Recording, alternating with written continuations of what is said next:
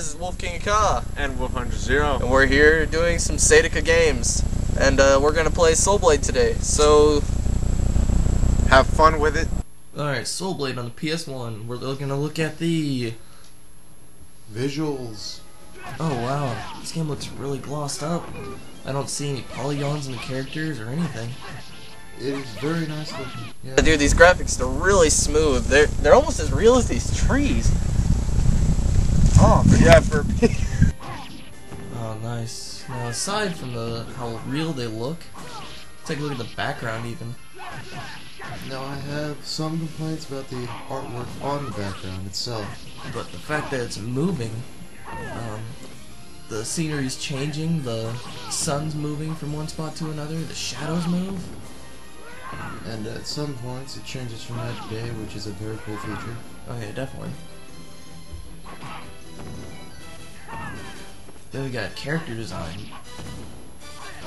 There's like no polygons on them. They are glossed off, they're shaped correctly.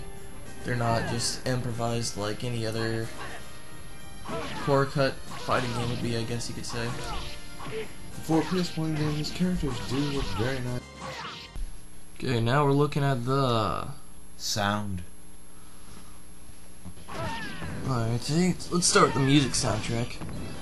All in all, the music soundtrack is pretty well done. Yeah, I mean, it could be better. I expect a little more of a metal sound to it, but it's taking more of a medieval feeling, I think. Yeah. So, the voiceovers are annoying, though. Yeah, those could have done with some work. Most definitely. So now let's take a look at the gameplay. Alright, so let's see. We got arcade, versus battle, team battle, survival, practice, edgemaster, and options. Alright, well, edgemaster's our story mode, so let's go here. I'm going to take the controller here from Wolfhunter0. Alright. My selection is book. Well, I guess that's how I learned how to play the game, so... Wait, it's really a book? Yes, seriously? Wolfkingaka. Looks to be you have to read. I'm not reading in a fighting game, screw this crap. Can't believe they don't have voice actors here, what the heck? Nope. No voice actors. Wow. Okay. Very disappointing. I'm not reading in a fighting game. Looks like I have to fight Rock. Battle, that's what I'm looking at. Okay. Music here, isn't it? Alright. Controls seem to be pretty well rounded off. Button combinations are working really well. I'm gonna speed this up.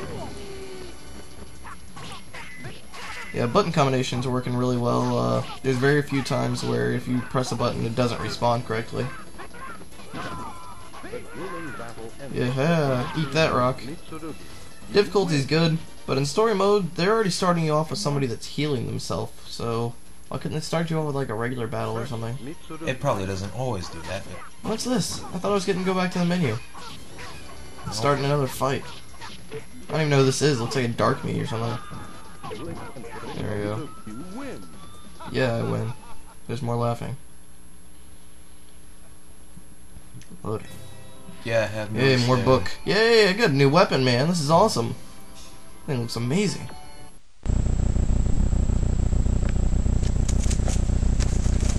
yeah! Awesome. I got me a new weapon. I'm gonna go back to versus mode. Just a second. That looks amazing. Okay, now that I've equipped it, now I'm gonna go back to versus mode. I'm gonna fight Wolfhunter. Come on, now that I got my new weapon, there's no way you can win. I'll still kick your ass. There's no way. Alright, you ready to take this? I guess. We'll see who wins. Wait a second, that's the weapon I had before. What the heck's that crap? I spent a whole 2 matches getting that new weapon, now I don't even get to use it? Yeah, what the hell is... When the heck did this crappy thing come back? Did I unlock a new one in story mode? Screw this crap. Okay, so that pretty much sums up the gameplay factor. Everything pretty much revolves around the same thing, battle. No matter what you take over, it's all virtually the same. Except you don't have to read in this mode. which is a great feature. Yeah, then you have the clashes, which is something you see in a lot of games, but not like they do it in this one. Yeah. Also, my favorite feature in this is if you get hit enough whenever you're blocking, you lose your weapon, and that's an amazing feature. You fight Fist, and you don't do as much damage, and you take more damage whenever you try to block, but it's worth it. Yeah, it's fun.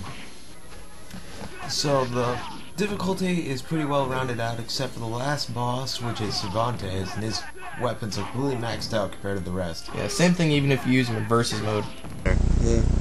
Yeah, no extra characters. That was a real bummer. The ones that you start with, that's all you get through the game. So basically, the arcade, other than to hone your skills in the game, and what am I trying to think of here? Edgemaster? Edgemaster was kind of didn't even really play a part in the game other than to play and beat the boss. Yeah, that was pretty much it. As for extras, anyway. It was part of the game, but as for extras, there was hardly anything at all. Yeah. The cutscenes at the end sucked. It just sucked. They used the characters from the game. They could have easily used, some of the cutscene graphics from the beginning, which were... some kind of anime sequence. At least a little animation. But they used, the actual characters from gameplay. Which wouldn't be so bad, but the cutscenes were just put together, and it's kind of almost like they lost their budget at the very end. Yeah, like they didn't really care at the end of it. It seemed like the graphics of the characters even got worse at the end than they did in the gameplay. Yeah, it did. But I think that pretty well sums us up. Yeah, overall, this game was real good for PS1, and I would give it a 7 out of 10. And I think the same. I've got to give this game an 8 out of 10. So this is Sedecka Games.